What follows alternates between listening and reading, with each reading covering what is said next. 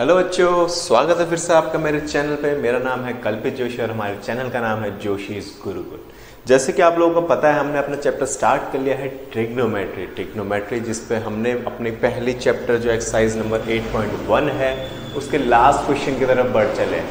तो ये है हमारे कल के क्वेश्चन का सॉल्यूशन जो हमने आपसे कहा था आप ट्राई करिएगा घर पे। तो ये उसका सॉल्यूशन है। होप आप सबने क्वेश्चन कर लिया होगा। चलिए बढ़ते हैं अपने अगले क्वेश्चन की तरफ। तो देखते हैं हमारा नेक्स्ट क्वेश्चन जो हमारा लास्ट क्वेश्चन है इस एक्सरसाइज का। तो क्वेश्चन क्या बोलता है, in triangle PQR right angle at Q। एक ट्राइंगल है PQR राइट एंगल कहाँ पे, Q पे। PR प्लस QR की वैल्यू दे रखे 25। हाइपोटेन्यूस और बेस, अगर मैं बात करूं बेस, इन दोनों की, अगर मैं इसे बेस बोलता हूं, इन दोनों का सम में दे रखा है 25 सेंटीमीटर और इसके हिसाब से परपेंडिकुलर का सम दे रखा है 5 सेंटीमीटर। हमें क्या फाइंड आउट करना है, sine P, cos P and tan P की वैल्यू याद करनी है, ज्ञात करनी है। हमें फिर से पंडित जी का सहारा तो लेना ही है, तो पंडित जी को लिख लेते हैं यहाँ पे। पंडित जी ने फिर से हर हर बोल दिया और यहाँ पे हमारा इक्वेशन आ गई है। तो अब स्टार्ट करते हैं कैसे फाइंड आउट करना है। साइन P कॉस P के लिए मुझे बाकी साइड्स भी चाहिए, इसके हेल्प से हम इसे फाइंड आउट कर सकते हैं, पर हमें QR और PR भी चाहिए। अब अगर मैं कहता हूं यूजिंग पाइथागोरस थ्योरम, पाइथागोरस का सिद्धांत मैंने लगाया इसमें, तो पाइथागोरस थ्योरम के हिसाब से क्या होगा, PR square equals to PQ square plus QR square.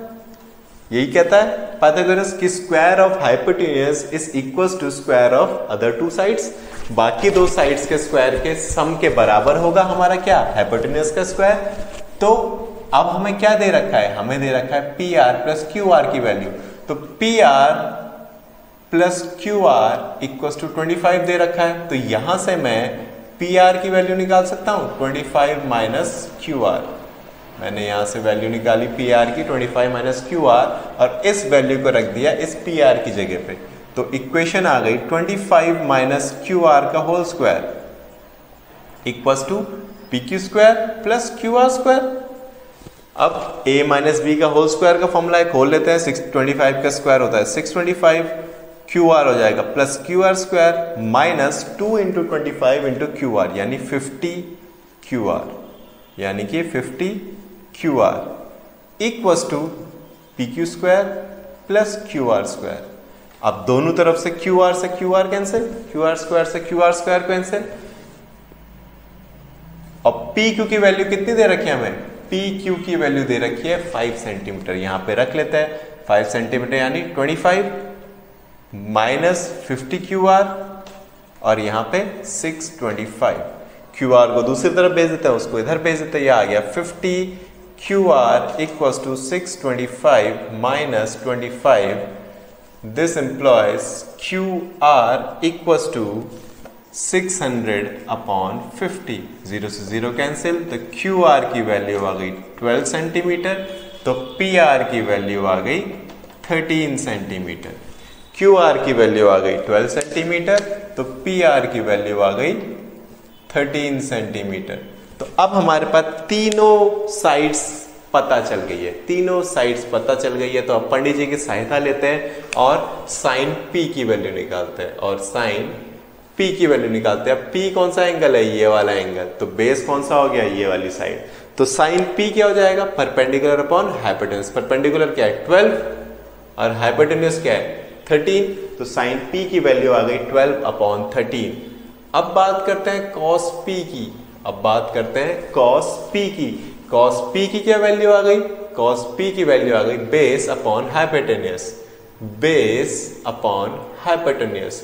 और टेन P की वैल्यू क्या आ गई, perpendicular upon base, perpendicular upon base.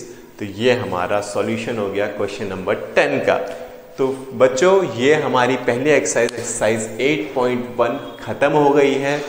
Start करते हैं अपनी एक्सरसाइज 8.2, लेकिन उससे पहले कुछ फॉर्मूलेज देख लेते हैं जो आपके यहाँ पे यूज होने। जैसे आपकी साइन 30 की क्या वैल्यू होती है, कॉस 30 की क्या वैल्यू होती है, 60, 90, 45, इन सब की वैल्यूज। देखिए वैसे हम इनकी वैल्यूज डिराइव भी कर सकते हैं, पर हम डायरेक्ट इसमें फॉर्मूला देख लेते हैं, या जो भी हमारी वैल्यूज आती है इन पे वो देख लेंगे।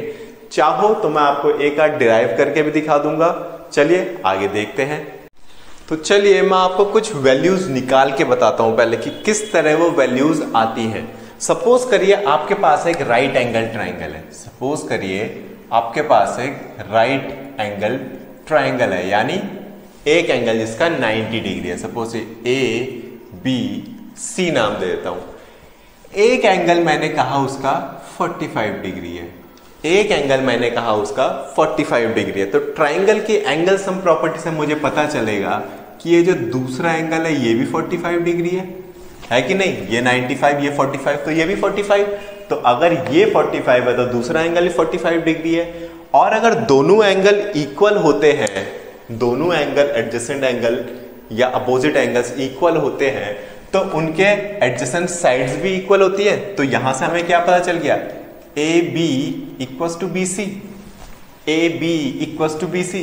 आइसोसेलेस ट्राइंगल की प्रॉपर्टी होती है, आइसोसेलेस ट्राइंगल की प्रॉपर्टी होती है, ये आपको पता है। आइसोसेलेस ट्राइंगल की प्रॉपर्टी है ये, आइसोसेलेस ट्राइंगल की, कि अगर दो एंगल इक्वल है तो उनके अपोजिट साइड्स भी इक्वल होगी, यानी A B equals to B C हो गया। सपोज मैं कहता हूं A B equals to B C equals to A, इसकी वैल्यू आ गई ए। तो मैं अपने ए सी की वैल्यू निकाल सकता हूं। तो क्या हो जाएगी? A C square equals to A B square plus B C square, यानी A square plus A square, A C square, A C equals to under root of 2a square. तो ए सी की वैल्यू कितनी आ गई? a root 2। ए सी की value आ गई आपकी a root 2। तो यहां से हमने अपनी तीनों साइड फाइंड आउट कर ली। 45 डिग्री के लिए बात कर रहे हैं अभी। अब बात करते हैं, हमें फिर से पता है पंडित जी की सहायता तो हमें पढ़नी है। पंडित बद्री प्रसाद हर हर बोले। अगर मैं कहता हूं यहां से साइन 45, साइन 45 डिग्री, तो साइन 45 क्या होता है? Perpendicular upon hypotenuse. अब साइन यहां पे भी ले सकते हो, यहां पे ले लेते हैं। परपेंडिकुलर अपॉन हाइपोटेन्यूस, यानी a upon a root 2। Solve कर दो, आंसर आ गया 1/√2। आंसर आ गया 1/√2। यहां से बात करते हैं cos 45 की, यहां से बात करते हैं cos 45 की। cos 45 क्या होगा?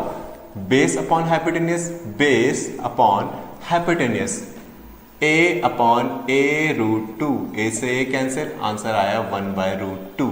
ऐसी बात करते हैं tan 45 की, tan 45 की। tan 45 यानी perpendicular upon base, a upon a यानी 1।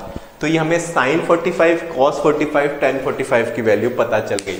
यहां से मैं cot sec cosec भी निकाल सकता हूं, यहां से मैं cot sec और cosec की वैल्यू भी निकाल सकता हूं। तो ये आ गई मेरी सिंपल 45 की वैल्यू कि sin 45, tan 45, cos 45, इन सब पे क्या क्या वैल्यूज होती है।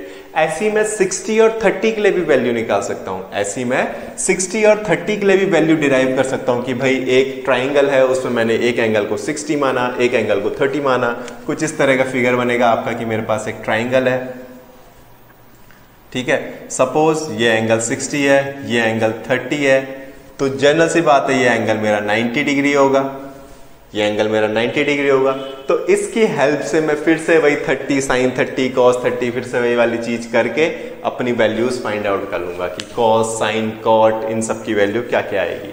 तो हमें ज्यादा डिटेल में नहीं जाना है, इसका डेरिवेशन नहीं देखना है, सिंपल है। इस तरह हम डेरिवेशन फाइंड आउट कर सकते हैं। हम केवल वैल्यूज देखते हैं, cos tan sin cot sec cosec इनकी क्या क्या वैल्यूज आएंगी। तो बच्चों ये है हमारी sin cos tan की वैल्यू। तो ये तीन जो टर्म है ये इंपॉर्टेंट है, sin cos tan। अगर आपने ये तीन को मेमोराइज कर लिया तो cot sec cosec आपके लिए बहुत आसान है, क्योंकि इन तीनों का रेसिप्रोकल ही cot sec और cosec होता है।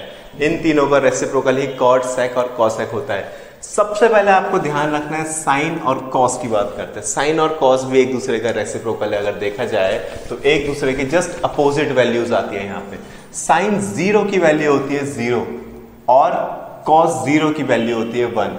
साइन 90 की वैल्यू 1 और कॉस 0 की वैल्यू 1। अभी देखा था साइन 45 दोनों का सेम आता है, साइन 45 दोनों का सेम आता है। अब देखो ये जो वैल्यू है साइन की 0 से लेके 1 तक इंक्रीज करी है, 0 से लेके 1 तक इंक्रीज करी। तो 0 1/2 यानी 0.5, 1/√2 यानी 0.707, √3/2 यानी 0.818 के लगभग या 808 के लगभग आएगा और फिर 1।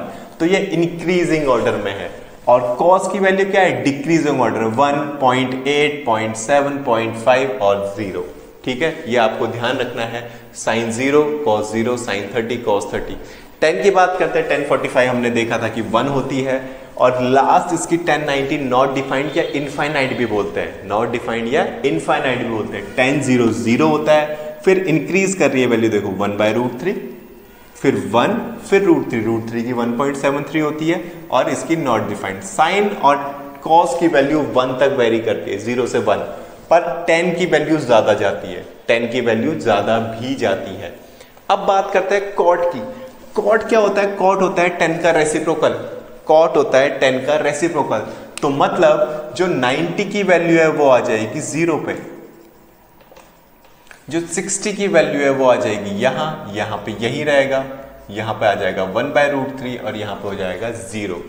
ऐसे ही आपका कॉस और सेक एक दूसरे के रेसिप्रोकल है, तो इसको भी घुमा देते हैं, एक दूसरे का रेसिप्रोकल है, तो यानी cos = 1/sec होता है, cos = 1/sec होता है, तो sec = 1/cos हो जाएगा। 1/cos यानी 1, इसका अपोजिट यानी 2/√3, इसका अपोजिट यानी √2, इसका 2, और समथिंग बाय 0 करोगे तो क्या आएगा? Not defined.